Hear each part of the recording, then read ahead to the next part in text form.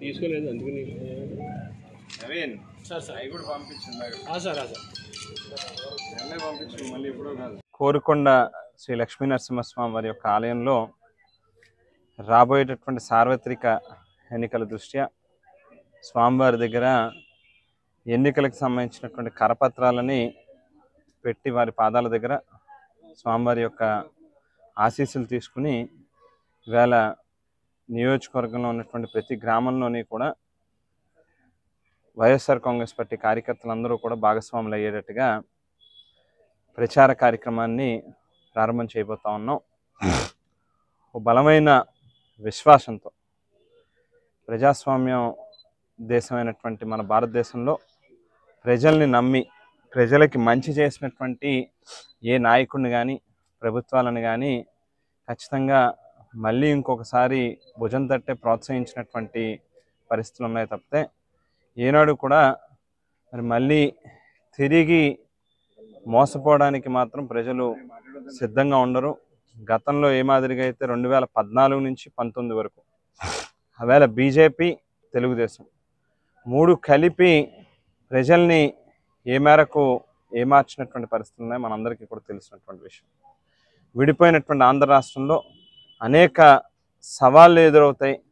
ఒక అనుభవం కలిగినటువంటి వ్యక్తి అయితే మంచి చేస్తాడేమో అనేటువంటిది ఒక ఉద్ధరిస్తానని చెప్పి ప్రశ్నించడానికే పార్టీని స్థాపిస్తున్నానని చెప్పి కేవలం చంద్రబాబు గారి యొక్క పల్లకి మోయడానికి పెట్టినటువంటి జనసేన పార్టీ విభజన చట్టంలో ఉన్నటువంటి హామీలను నెరవేర్చకుండా ప్రజలని మోసం చేసి వెన్నుపోటు పొడిచినటువంటి బీజేపీ ముగ్గురు కలిసి మరోసారి ఒక కొత్త నాటకం ఆడడానికి ప్రజల్ని మరోసారి చెవుల్లో పువ్వులు పెట్టడానికి సిద్ధమవుతా ఉన్నటువంటి పరిస్థితుల్లో ప్రజలు సిద్ధంగా ఉన్నారు. వైఎస్ఆర్ కాంగ్రెస్ పార్టీకి మరోసారి పట్టం కట్టడానికి భారీ మెజారిటీలతో వైఎస్ఆర్ కాంగ్రెస్ పార్టీ అభ్యర్థులను గెలిపించడానికి.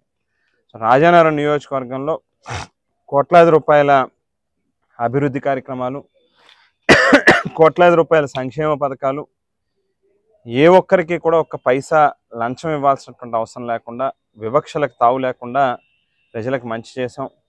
దాదాపుగా 20,000 మందికి పైచిలుక ఇళ్ల పట్టాల పంపిణీ కార్యక్రమం చేయడం జరిగింది.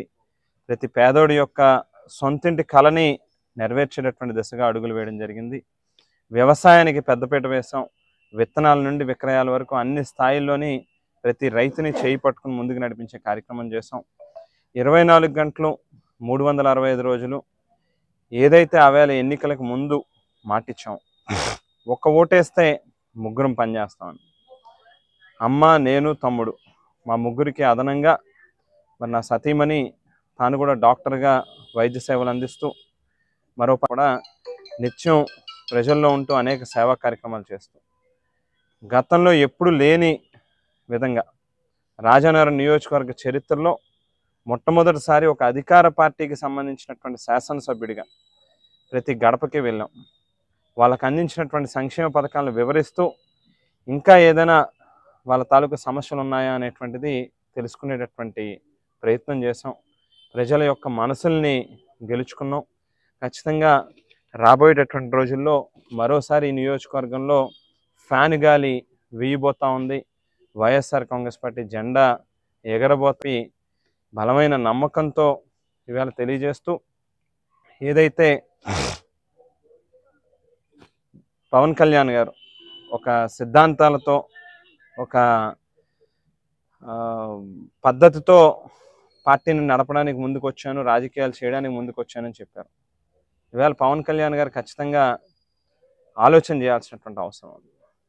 మేడా గురుదత్ ప్రసాద్ గారు లాంటి ఒక క్యారెక్టర్ ఉన్నటువంటి మనిషి, జాతీయ అంతర్జాతీయ స్థాయిలో ఎన్నో అవార్డులు అందుకున్నటువంటి వ్యక్తిని పక్కకు పెట్టి వేళ ఒక క్యారెక్టర్ లేనటువంటి వ్యక్తిని, ఒక ఉద్యోగాలు అమ్మే నిరుద్యోగుల్ని మోసం చేసినటువంటి పరిస్థితి.